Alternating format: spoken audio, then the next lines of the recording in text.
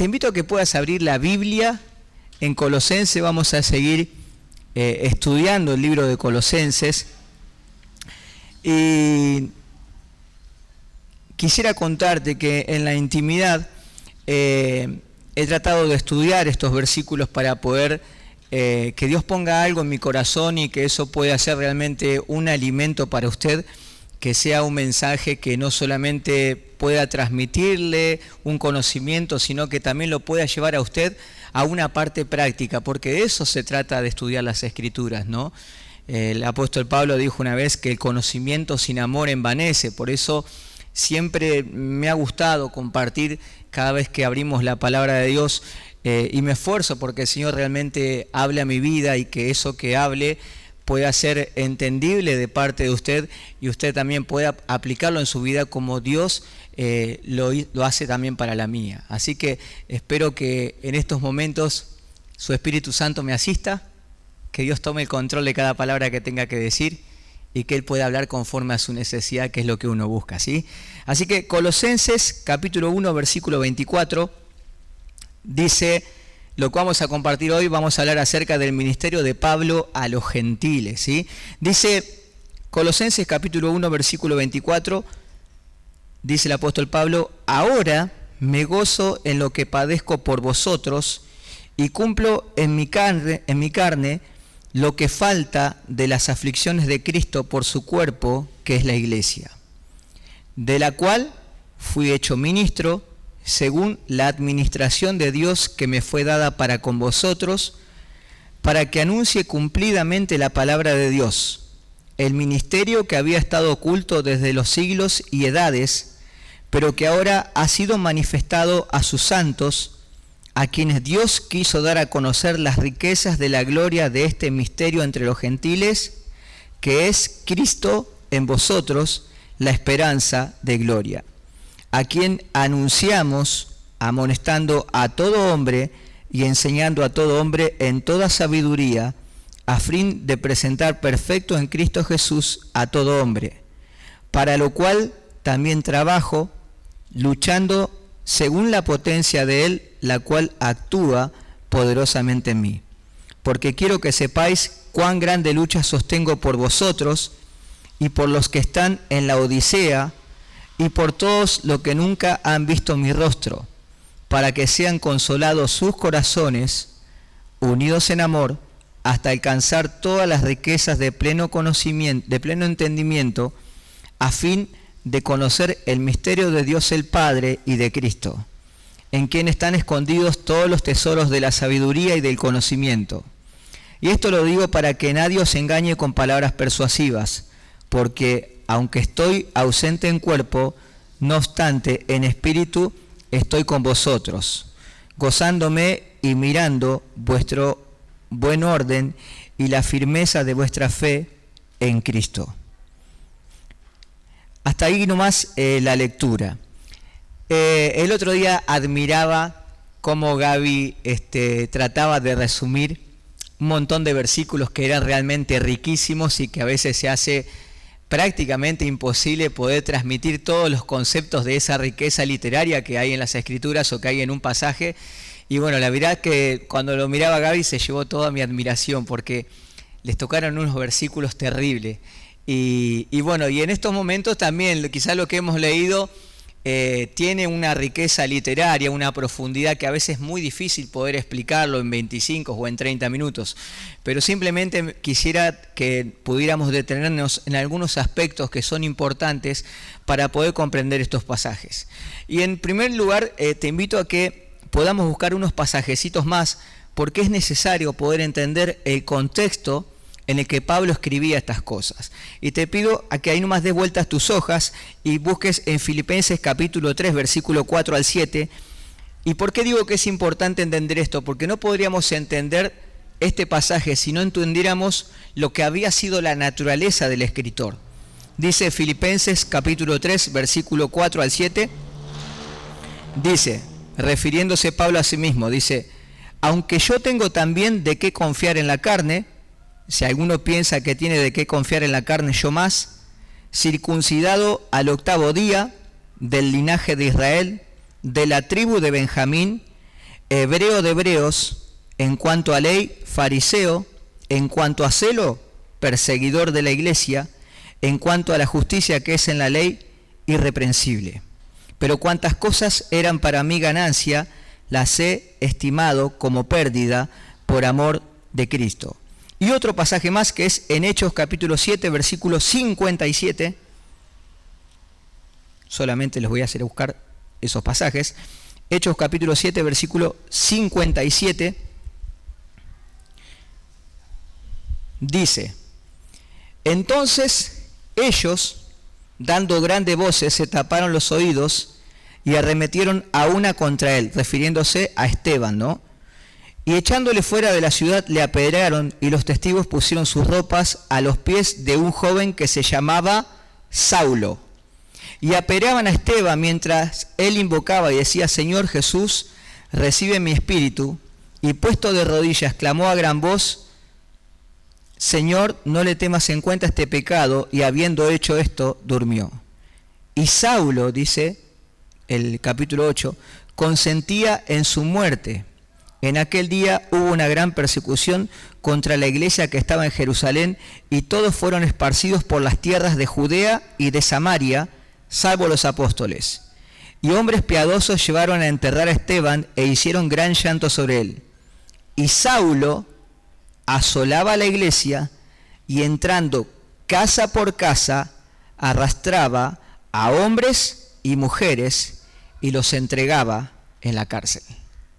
Ahora, si estudiáramos este pasaje y pusiéramos a ver los versículos que hemos leído, sin entender lo que realmente había vivido Pablo antes de conocer a Cristo, sería una pérdida total de la interpretación del pasaje.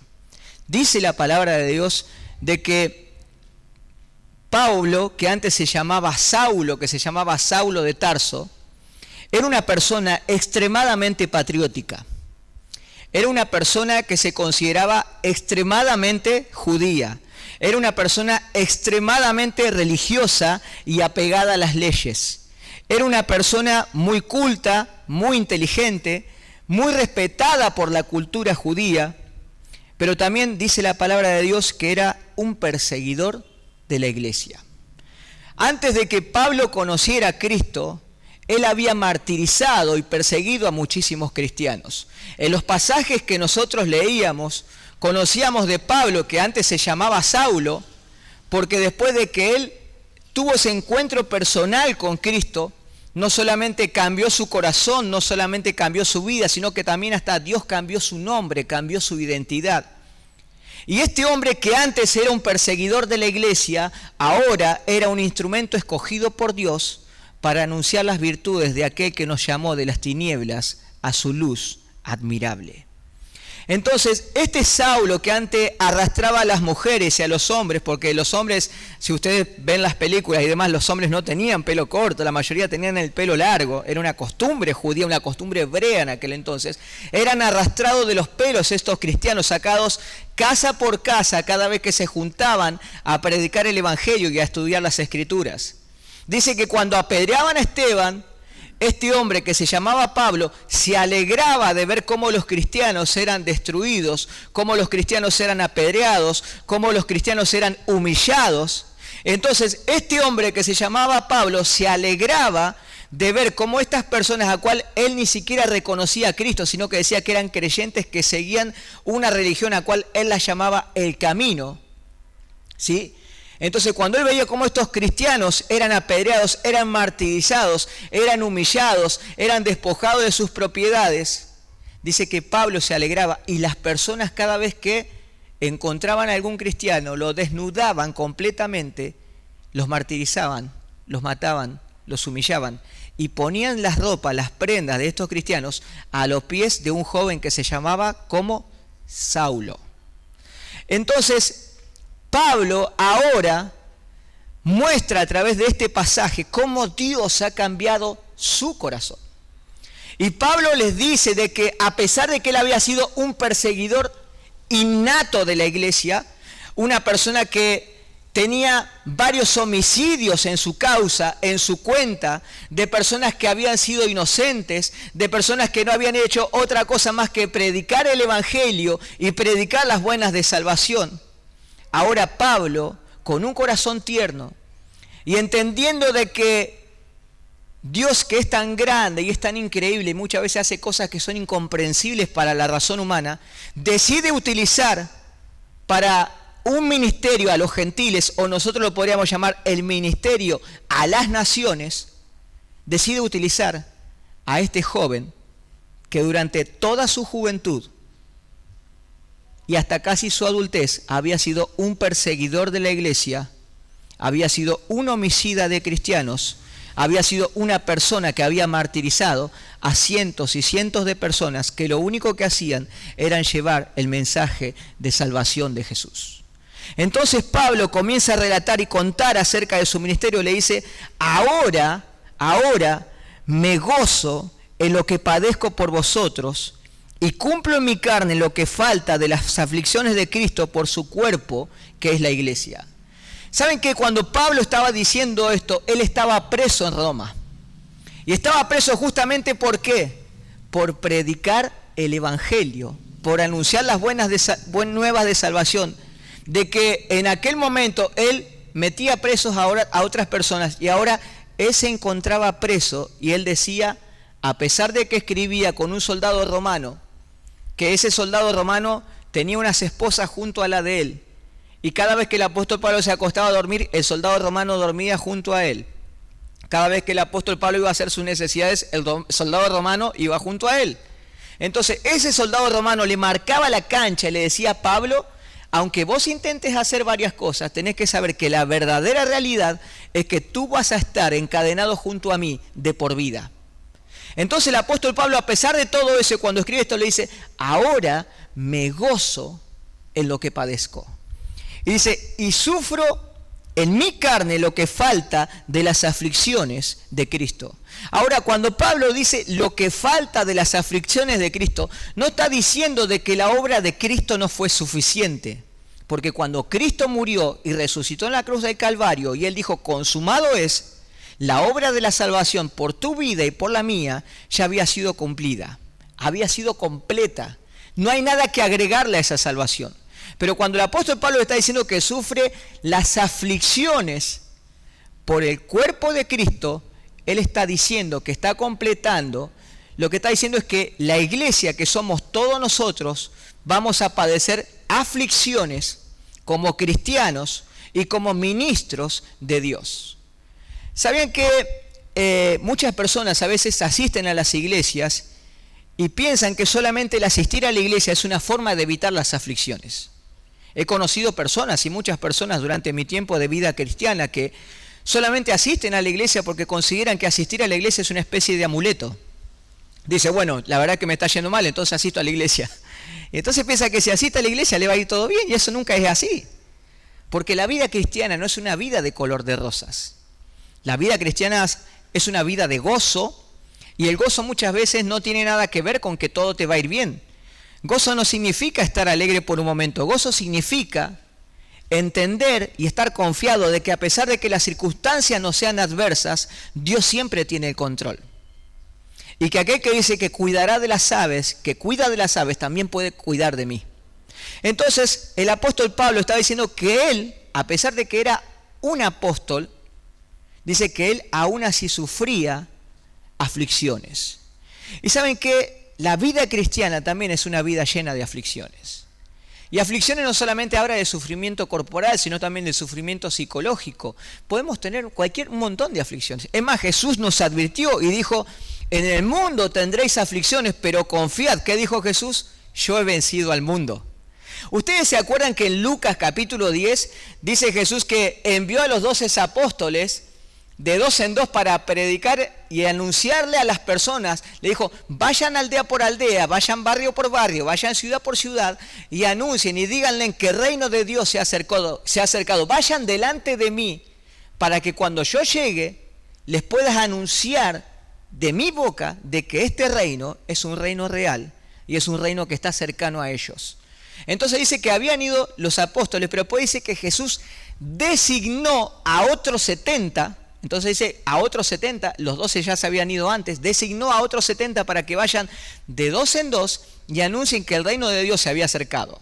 Y usted se imagina la alegría de esos 70, ¿no? De golpe la persona más popular, la persona más respetada de la época, la persona más sabia de ese momento, de golpe decide enviar a 70 y vos estés dentro de esos 70 y te diga, mirá, vas a ir a anunciar, vas a saber que va a haber enfermo que vas a poder sanar, vas a ir a anunciar el reino mío, pero vas a saber que también se te van a manifestar demonios y los demonios van a salir de los cuerpos de las personas y vas a poder hacer milagros y todo. Cualquiera de nosotros, si Jesús nos dijera eso, diríamos, wow, sí Señor, allá vamos, ¿no? Miren chicos, tenemos que ir a Papúa Nueva Guinea, Señor, allá vamos, porque sabemos que contamos con todo ese respaldo, ¿no? De que sabés que vas a sacar demonios, sabés que vas a sanar enfermos, sabés que vas a hacer milagros, sabés que vas a hacer un montón de cosas, pero Jesús le dijo una cosa, dice, pero quiero que sepan algo, que los envío como corderos en medio de lobos. Y ahí cambia todo, ¿no? Porque cualquiera de nosotros esperaría que sería una aventura fantástica, un viaje de vacaciones, pero no es así. Jesús le dijo, sepan una cosa, que los envío como corderos en medio de lobos. Y en ese momento, si tendríamos que cantar la canción, diríamos así, heme aquí, Señor, envíalo a Él.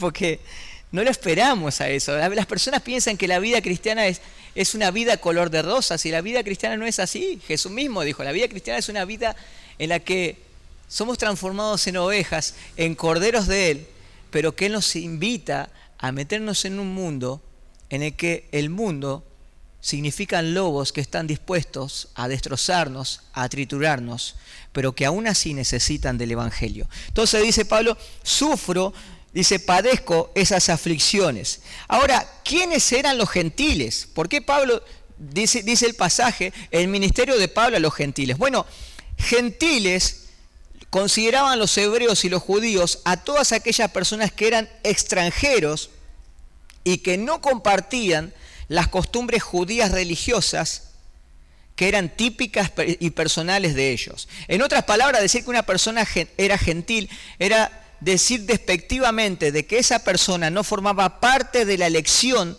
del pueblo que Dios había elegido. Es decir, que los hebreos y los judíos se gozaban, ¿no? Y estaban orgullosamente seguros de que Dios los había elegido a ellos. Entonces, cuando vos querías insultar a alguien, simplemente le decías de manera despectiva, andá gentil, ¿no? Vos no sos el elegido.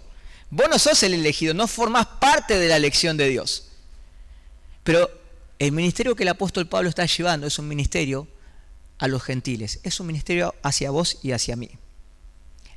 El anuncio del Evangelio, la predicación del Evangelio, es un evangelio que es un evangelio a las naciones. Hoy podríamos traducir gentiles por naciones. Porque aquello que los judíos consideraban que era propio y exclusivo de ellos, ahora el apóstol Pablo dice, acá no hay exclusividad de nada. Acá Cristo vino y murió por cada uno de nosotros, y estas buenas nuevas de salvación son propias para cada corazón que decida acercarse y buscar en Él y hallar la solución y la clave para su vida. Entonces es un ministerio a los gentiles, y es un ministerio que vos y yo tenemos la responsabilidad de poder transmitir a otros, ¿sí? Dice también que Pablo, que era un perseguidor de la iglesia, continúa el versículo, dice, del cual fui hecho ministro, ahora había sido transformado de perseguidor a ministro. Ustedes saben que en aquellas épocas los reyes, cuando un rey quería enviar un mensaje, ¿qué hacía? Enviaba a un ministro. Este ministro era una persona de confianza del rey. Era una persona que tenía la representatividad de la persona importante. Es más, hasta el día de hoy tenemos ministros de economía, tenemos ministros de seguridad, tenemos un montón de ministros. Y esos ministros, de alguna manera, están representando a alguien o a varias personas. Es decir, que un ministro puede representar inclusivamente a un rey, o puede representar tal vez a un país, a una provincia o a una ciudad. Ahora, cuando el apóstol Pablo está diciendo que él es ministro, está bajando a un nivel de humildad cuando él tendría todas las posibilidades y las credenciales de decir que él era un apóstol, y está diciendo, yo soy un ministro. Está diciendo, yo no me represento a mí mismo. mi representación no tiene importancia, mis credenciales comenzaron a ser basura, pero si hay algo de valor en mi vida, tiene que ver con la persona que me representa. Si hay algo de valor en mi vida, tiene que ser a través de la persona que me ha designado, de la persona que me ha elegido. Es más, si usted buscaba en el pasaje de Lucas, capítulo 10, en la designación de los 70, dice que Jesús los designó a estos 70. Es decir, que Él mismo los eligió, los designó. Es más, en el mismo capítulo de Lucas 10 dice, rogad al Señor de la mies que envíe, que dice, obreros a su mies. Es decir, que no depende de las ganas que tú tengas, no depende de las buenas intenciones, sino que depende de la designación y del respaldo de la persona que te ha elegido. Tú puedes tener las mejores intenciones, puedes ser completamente respaldado con cualquiera de las personas que hoy tienen responsabilidad sobre la iglesia, pero si Dios no te ha respaldado, si Dios no te ha designado, si no llevas una vida conforme para esa designación, todo lo que hagas va a ser heno, madera y hojarasca. El apóstol Pablo decía, yo he sido constituido un ministro de parte de Dios. Y después dice, ¿para qué? Para que anuncie cumplidamente la palabra de Dios. En otras formas, para que anuncie los cumplimientos de la palabra de Dios. Dijo Jesús que no pasará ni una jota ni una tilde de las Escrituras sin que se haya cumplido. Dice, cielos y tierras pasarán, pero mi palabra no pasará. Ustedes saben que durante muchísimo tiempo nos han enseñado de que Cristóbal Colón fue quien descubrió que la tierra era redonda. Pero si usted busca y estudia en el libro de Job, que es uno de los libros más antiguos de toda la Biblia, ya Job decía en uno de los pasajes de que la tierra era redonda. Muchos han dicho de que Sigmund Freud había descubrido, y a tal punto que hoy se lo llama como el padre del inconsciente, él había sido el descubridor de que en la mente del ser humano actúa una parte que se llama el inconsciente. Y entonces todo el mundo ha aplaudido, ¿no? Y ha dado fama a Sigmund Freud diciendo que él ha sido el padre del inconsciente. Pero ¿sabe qué es lo que dice David en uno de sus salmos? Bendeciré a Jehová que me aconseja. Aún en las noches me enseña mi conciencia. O sea que la Biblia, la Escritura, ya había anunciado y estaba diciendo de que el inconsciente del hombre ya había sido descubierto por Dios. Aquel Dios que ya sabe de que antes de que esté la palabra en nuestra boca, Él ya la conoce, que conoce nuestro sentar y nuestro levantarnos. Entonces, el apóstol Pablo le estaba diciendo que anuncie cumplidamente los cumplimientos de las Escrituras, que tarde o temprano se van a cumplir, porque todo lo que Dios dice, todo lo que Dios promete, Dios lo cumple. Luego dice el apóstol Pablo, ¿para qué? Para anunciar cumplidamente, ¿no?, los cumplimientos de la palabra de Dios, el misterio que había estado oculto desde los siglos y edades, pero que ahora ha sido manifestado a sus santos. Es decir, que el anuncio que él estaba diciendo era de cumplimientos, pero que uno de los cumplimientos más importantes era un misterio que ha estado oculto durante años, durante los siglos y durante las edades, pero que ahora en este tiempo ha sido revelado. En esta dispensación, en este momento de la gracia, ¿no?, ha sido revelado a los hombres. Y ¿sabes qué? Este misterio es un misterio para los hombres que no conocen a Cristo, pero también es un misterio para los ángeles. ¿Usted sabe que los ángeles no han tenido una segunda oportunidad? Usted sabe que hay ángeles caídos, que nosotros llamamos demonios, que se han rebelado contra Dios, pero en ese grado de entendimiento que nosotros no lo podemos saber, que la Escritura no ha decidido mencionarlo, ellos no han recibido una segunda oportunidad. Y entonces para los ángeles ver cómo nosotros somos perdonados, cómo nosotros somos restaurados, cómo nosotros rompemos nuestras promesas con Dios a diario y aún así el amor de Dios sigue siendo eterno y sigue siendo permanente, y decide seguir apostando a nosotros, viendo cómo varios de sus compañeros ángeles no habían recibido una segunda oportunidad, sigue siendo un misterio. Es más, dice el apóstol Pablo, si continuáramos leyendo, dice, a quienes Dios quiso dar a conocer las riquezas de gloria de este misterio entre los gentiles, que es Cristo en vosotros. Es más, los ángeles hasta el día de hoy están con la boca abierta, porque no pueden creer de que ese Dios santo al cual ellos adoran, al cual cuando se acercan deben ver algo que dicen santo, santo, santo, digno, digno, digno. A tal punto que dice que cuando el apóstol Juan en el libro de Apocalipsis dice que cuando están los 24 ancianos y cada uno tiene sus coronas que se han ganado dignamente por haber servido a Dios, dice que cuando ven a Dios, esas coronas se hacen nada y dice que esas coronas caen delante de sus pies y no saben qué decir y solamente dicen santo, santo, santo, santo, santo. Entonces algo que no se puede entender y para los ángeles es un misterio, no pueden entender de cómo ese Dios completamente santo, cómo ese Dios completamente digno, cómo ese Dios que gobierna más de 5.000 galaxias, cómo ese Dios que gobierna más de miles de millones de planetas, cómo ese Dios que sustenta todo el universo, que ha hecho que todo el universo sea creado por Él y para Él, y sin Él nada de lo que ha sido creado podía sustentarse por sí mismo.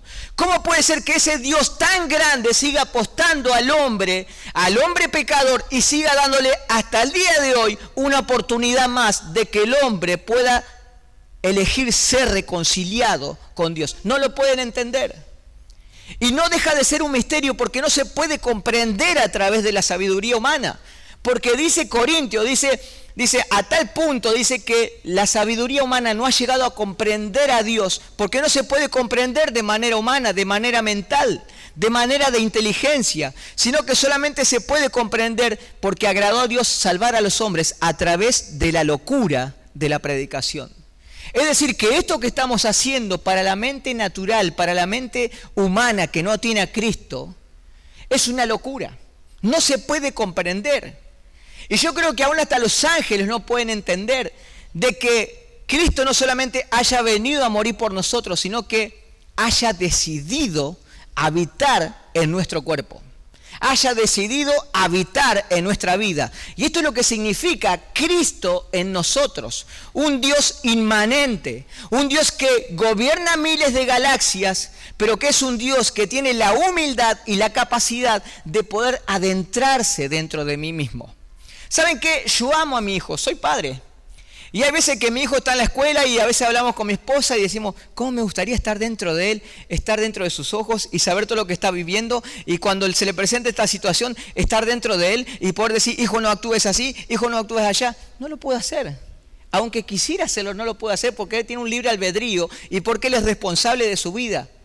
Pero Cristo es tan grande y nos ama de tal manera que ha dicho, no solamente he venido a salvarte, no solamente he venido a rescatarte, sino que además quiero estar dentro tuyo, quiero sentir lo que tú sientes, quiero alegrarme por lo que tú te alegras, quiero llorar por lo que tú lloras, quiero que tú seas propiedad exclusiva mía. Y esa es la diferencia entre lo que creían los judíos que habían sido elegidos y entre lo que dice el apóstol Pedro, que somos nación santa, pueblo santo, nación santa, pueblo adquirido por Dios para anunciar las virtudes de aquel que nos llamó de las tinieblas a su luz admirable. ¿Sabe cuál es la diferencia entre lo que es escogido y lo que es adquirido? Que lo que es escogido, vos podés escoger algo para una tarea y ya después no utilizarlo más. Pero lo que es adquirido es algo que tiene un precio, es algo que es pagado. Entonces, esa es la diferencia que el apóstol Pablo quería hacerle a la herejía que había en ese momento. Había una herejía que era el gnosticismo, que decía que solamente el conocimiento y la sabiduría era revelada para unas pocas personas, para unos pocos elegidos, para unos pocos santos, como dice ahí. Y el apóstol Pablo justamente dice que este misterio ha sido revelado a todos los santos. Y cuando se refiere a los santos, no habla de santos, de personas que han sido beatificados, como muchas veces otras religiones hablan y dicen. Cuando habla aquí de santidad, cuando habla aquí de santos, habla de una santidad posicional. Habla de una santidad que se vive en la vida, que se vive mientras el cuerpo dura. De una santidad posicional que no depende de nosotros, sino que depende desde el momento en que hemos aceptado a Cristo en nuestro corazón y comenzamos a vivir la vida cristiana. Desde ese momento nosotros somos santificados, somos llamados santos, somos presentados santos delante de Dios y tenemos que velar por nuestra santidad. Pero en la santidad posicional Dios el Padre nos ve a nosotros a través de Cristo como personas santas.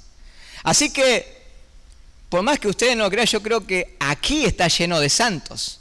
Y yo lo miro a Teco y quizás, alguno podría decir es Teco, pero para mí quizás puede ser San Teco de los asados, ¿no? O quizás podríamos tenerla a Madre Normita de Calcuta de las inyecciones. O quizás lo podemos tener a San Miguel de las agrimenciones. O a San Rubén de las comisiones, no lo sé. Pero somos santos delante de Dios. Y esa santidad no depende de nosotros, no depende de los méritos que nosotros hagamos, sino depende de la persona que ocupó nuestro lugar en la cruz del Calvario para reconciliarnos con Él, para ser hallados sus hijos y para compartir todas las riquezas de su gloria para nosotros. Dice, a quienes Dios quiso dar a conocer las riquezas de la gloria de este misterio entre los gentiles, que es Cristo en vosotros, la esperanza de gloria. ¿Sabes que el mundo pone su esperanza en un montón de cosas?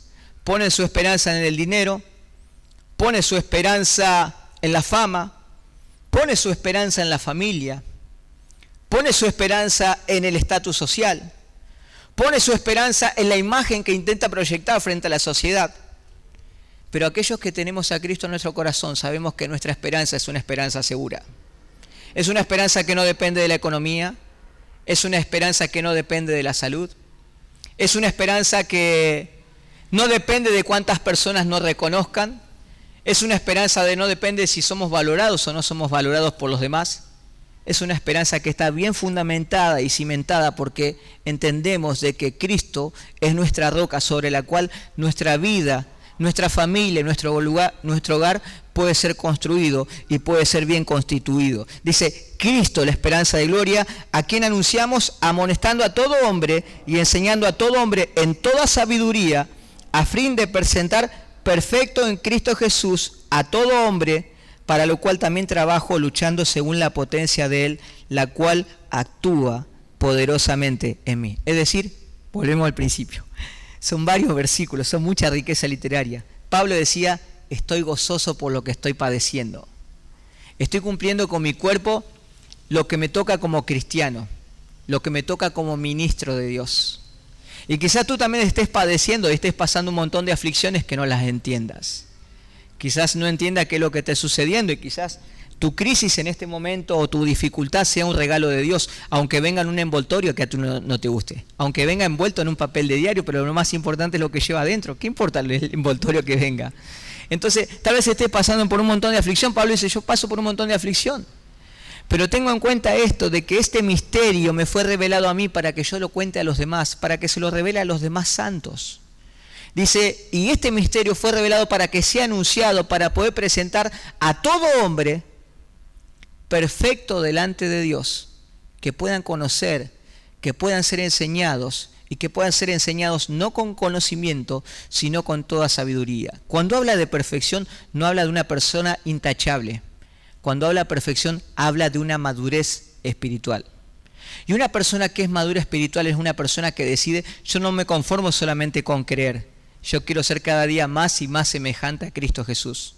Es una persona a la cual nosotros decimos la diferencia entre lo que es un discípulo y un cristiano. Una persona que decide seguir a Jesús.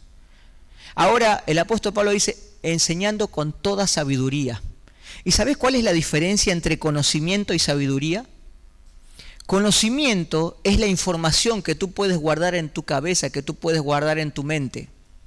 Pero sabiduría es la información que tú puedes guardar en tu cabeza, en tu mente, la bajas a tu corazón y la aplicas a tu vida. Por eso es que la Biblia menciona como una de las personas que más conocía. A veces nosotros decimos que fue sabio como Salomón. Pero a pesar de que Salomón tuvo todo el conocimiento, nunca llegó a tener la sabiduría que tuvo su padre David. A tal punto que Dios habla de David como un hombre conforme al corazón de Dios. A tal punto que Dios recuerda a David como el dulce cantor de Israel.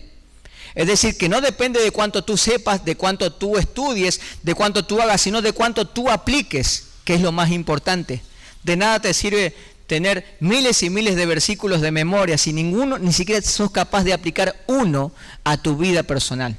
Entonces el apóstol Pablo dice, esa es la forma de poder presentar a cada persona perfecto en Cristo. Luego dice, continúa en el capítulo 2, ¿no? Y habla acerca de lo que estaba sucediendo en la Odisea. Dice, porque quiero que sepas cuán gran lucha sostengo por vosotros, ¿no? Él estaba en una lucha espiritual. Él quisiera ir a visitarlos a la iglesia de Colosas, quisiera estar presente con ellos, quisiera consolarlos, quisiera abrazarlos, quisiera darles un beso, ¿no? Aquella persona que era dura, que era rigurosa, que era extremadamente dura con sus palabras, que era una persona fría, ahora una persona caliente, una persona tibia, una persona que amaba, una persona que comprendía, una persona que quería estar cerca de los que estaban sufriendo. Le decía, ustedes no saben todo lo que estoy padeciendo, quisiera estar con ustedes, quisiera poder abrazarlos, quisiera consolarlos, y también quisiera consolar a los hermanos de la Odisea. ¿Sabés que el apóstol Juan en Apocalipsis hace una carta a la iglesia de la Odisea? Y dice que uno de los grandes problemas de la iglesia de la Odisea era que era una iglesia tibia. Y dice que Dios le revela a tal punto que le dice, por cuanto no eres ni frío ni caliente, te vomitaré de mi boca. Y esto es una lección importante para nuestras vidas, porque a veces nuestras vidas solamente se basan en una tibieza espiritual. Alguna vez en nuestra vida se transforma en la mediocridad. Y alguien dijo alguna vez que el mediocre es el mejor de los peores o el peor de los mejores. Entonces dice la palabra de Dios de que los tibios le causan repulsión a Dios. Por eso dice, por cuanto no eres ni frío ni caliente, te vomitaré de mi boca. En otras palabras, lo que Dios está diciendo, mira, si te la vas a jugar, jugate completamente. Y si no te la vas a jugar, no importa, no te la juegues. Seguí así, atenete a las consecuencias, porque no es lo mismo enfrentar situaciones de dificultad con Dios que sin el respaldo de Él.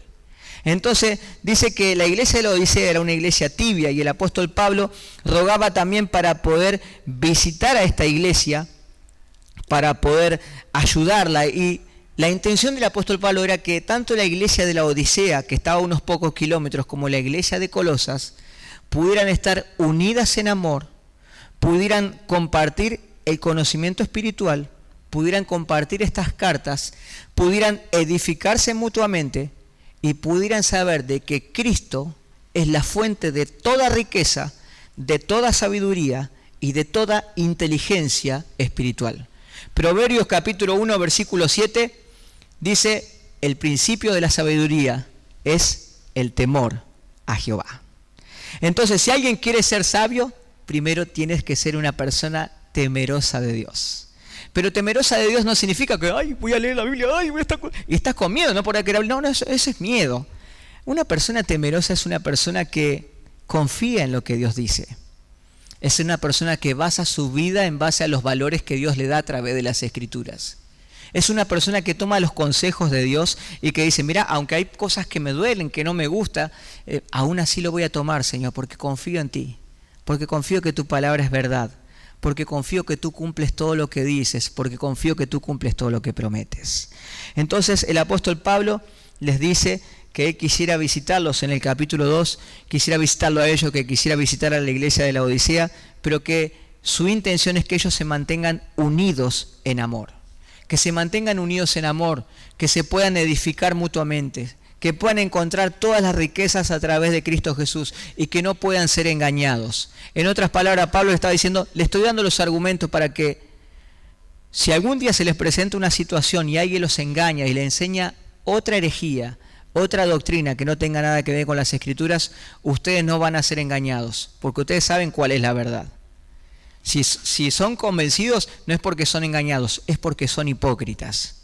Porque ustedes conocen la Escritura, se les ha presentado el Evangelio, se les ha presentado la verdad y ustedes han tomado la peor de las decisiones. Así que lo que más me impacta de todo este pasaje ha sido el hecho de que ese ministerio de Pablo a los gentiles ha sido mi ministerio. Miren, yo no sé qué es lo que sucederá en las más de 5.000 galaxias que supuestamente dicen los científicos. Yo no sé qué es lo que sucederá en algunos de esos planetas o en algunos de esos astros o en alguna de esas estrellas de las más de 5.000 galaxias. Yo lo que sí sé es que en mi galaxia, es que en mi planeta, es que en mi tierra, el Dios de los cielos envió a su Hijo a morir por vos y por mí. Y me dio, aún hasta el día de hoy, la posibilidad de poder disfrutar de su presencia. Hace Con esto termino. Yo creo que va a ser 6, 7 años, tenía una prima que ellos asisten a una iglesia cristiana en Santa Fe, y esa prima tenía un hijo, sería como un sobrino lejano, se llamaba Sebastián. Él tocaba en una banda musical, no sé si tocaba en el CRAI y demás. Era una persona que justamente como Martín tocaba el violín, y Sebastián, todas las personas que hablan decían que era un músico excelente, pero además era una persona que amaba a Dios con todo su corazón. Un día Sebastián estaba en su casa con sus amigos. La vida muchas veces nos juega una mala pasada y a veces uno no entiende por qué nos pasan diferentes situaciones. El papá de Sebastián lo abandonó cuando él era niño. La economía en su casa no era de las mejores. Ellos vivían en una casa muy, pero muy, muy precaria. Entonces, un día su madre sale a trabajar, Sebastián se queda con su amigo. Estaban ensayando una de las canciones, estaban mirando los acordes a través del celular. De golpe la luz se corta y el celular de su compañero cae debajo del sillón en el que estaban sentados. Sebastián va a buscar un encendedor para poder encontrar el celular y poder seguir practicando las canciones que iban a cantar ese domingo.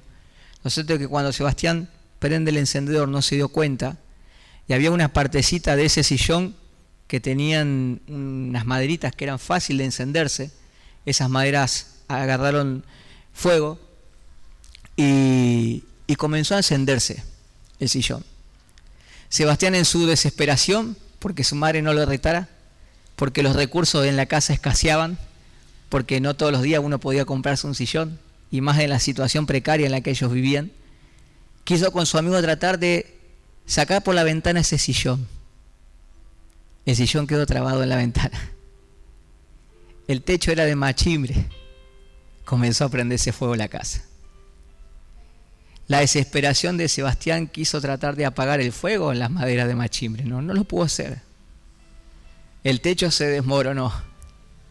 Su amigo alcanzó a salir, la salida se tapó. Sebastián comenzó a prenderse fuego, comenzó a quemarse. Y Sebastián termina falleciendo de esas quemaduras que él había padecido en ese momento. Cuando me dicen de esta noticia, me voy a su velorio. Y allí en su velorio de golpe veía que había bomberos, que había enfermeros, que habían doctores con el ambo. Y yo decía, wow, para que estén los bomberos y los enfermeros algo tuvo que haber sucedido.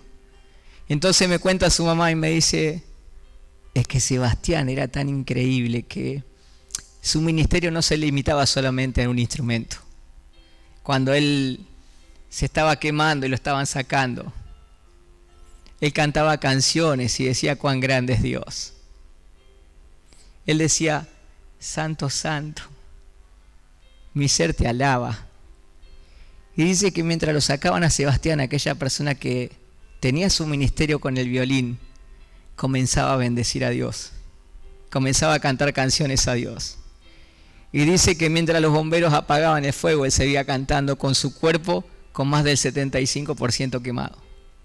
Lo subieron a la ambulancia y las personas que lo estaban asistiendo veían cómo él seguía cantando, hasta que en un momento sus pulmones no dieron más y su último aliento, su última nota, terminó bendiciendo a Dios.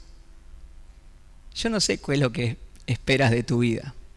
No sé cómo te gustaría que Dios te encontrara cuando te venga a buscar.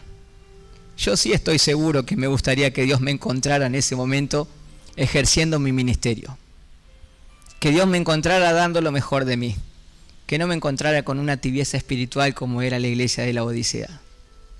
Que me encontrara realmente jugado por la causa de Cristo como realmente corresponde. No descuides tu don, no descuides tu talento. No descuide tu ministerio. La iglesia tiene un montón de ministerios que tienen necesidades. Y Dios ha decidido darte esa posibilidad a vos para que lo puedas hacer. A veces me duele cuando Miguel o Rubén casi suplican para que las personas vengan a servir, cuando Cristo Jesús lo dio todo por nosotros. Cuando debería haber una fila, o quizás ellos tendrían que tener un problema de decir, mira, tenemos un problema, vamos a orar porque no sabemos a quiénes elegir de tantas personas que se postulan para los ministerios. Qué lindo sería que Dios en esta noche haya hablado a tu corazón y que sepas que Dios ha decidido hacer la obra contigo, pese a que hay miles y miles de personas que lo podrían hacer mejor que nosotros. Pero Él ha decidido hacerlo contigo. ¿Oramos? Señor, gracias por este día, gracias por tu palabra. Gracias porque todo lo que tú haces es perfecto. Gracias porque tú eres lo mejor que nos sucedió en la vida. Gracias porque nunca es tarde para volver a empezar de nuevo. Gracias porque nos sobrevaloraste cuando no teníamos ningún tipo de valor, cuando nuestras decisiones y nuestros pecados nos habían transformado en tus enemigos. Tú nos seguías llamando amigos a pesar de que te dábamos las espaldas. Señor, en esta noche queremos reconciliarnos contigo. En esta noche queremos cumplir con nuestro ministerio, con el ministerio a las naciones, con el ministerio a cada persona que te necesita. Queremos que tú puedas suplir de siervos a cada ministerio que hoy está necesitando de obreros para poder llevar a cabo tu obra. Que en esta semana Miguel y Rubén puedan recibir tantos llamados, Señor, que puedan tener un problema realmente grande de tantas personas que han decidido poder querer servirte. Que los ministerios que hoy están vacíos se puedan cubrir. Que se puedan cubrir con corazones que tengan el deseo de servirte y de hacerlo de manera incondicional. Bendice nuestra semana, Señor, bendice nuestras familias, bendice nuestros hogares. Bendice a cada persona que le vamos a transmitir el Evangelio en estos días, para que tu palabra no pueda volver vacía. En el nombre de Cristo Jesús. Amén.